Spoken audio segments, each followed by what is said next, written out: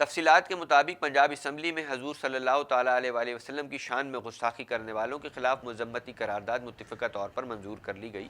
مذکورہ قرارداد صوبائی وزیر عمار یاسر کی جانب سے جمع کرائی گئی تھی۔ قرارداد کے متن میں مطالبہ کیا گیا ہے کہ گستاخانہ مواد کے خلاف سعودی عرب جیسے اقدامات اٹھائے جائیں اور سوشل میڈیا پر سعودی عرب جیسا اسکریننگ اور فلٹر کا نظام لگایا جائے۔ قرارداد کے متن میں مزید کہا گیا ہے کہ ایسی کتابیں جن میں گستاخانہ مواد موجود ہے انہیں فوری قبضے میں لیا جائے۔ صوبائی وزیر عمار یاسر کا کہنا تھا کہ آزادی اظہار کی آڑ میں کچھ لوگ سوشل میڈیا پر گستاخانہ مواد اپلوڈ کرتے ہیں، اس قسم کی گستاخانہ پوسٹ کرنے والوں کے خلاف کارروائی عمل میں لائی جائے۔ چیئرمین آل پرائیویٹ اسکولز ایسوسی ایشن نے کراچی بھر میں نجی اسکول 6 جنوری تک بند رکھنے کا اعلان کیا ہے، جبکہ سیکرٹری تعلیم سندھ چھٹیاں نہ بڑھانے کے اعلان پر قائم ہے۔ مزید احوال اس رپورٹ میں۔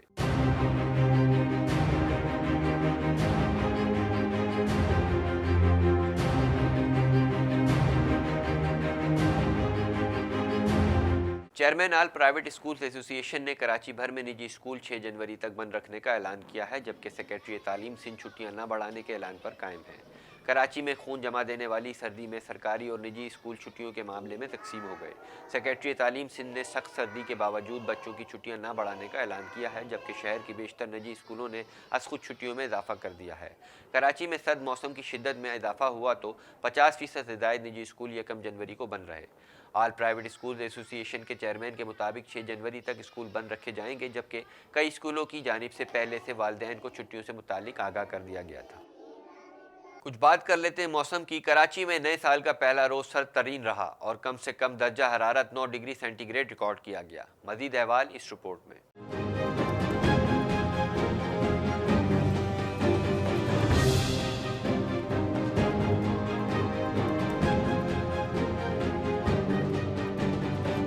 کراچی میں نئے سال کا پہلا دن سرد ترین ثابت ہوا۔ سائبیریا کی سرد ہواؤں نے شہریوں کی کلفی جما دی۔ سرد ہواؤں کا سلسلہ 2 روز تک جاری رہے گا۔ تفصیلات کے مطابق کراچی میں نئے سال کا پہلا روز سرد ترین رہا اور کم سے کم درجہ حرارت 9 ڈگری سینٹی گریڈ ریکارڈ کیا گیا۔ چیف میٹرولوجسٹ سردار سرفراز کا کہنا تھا کہ سائبیرین ہواؤں سے کراچی کا موسم مزید سرد ہو گیا ہے۔ 1 جنوری سیزن کا سرد ترین دن ریکارڈ کیا گیا۔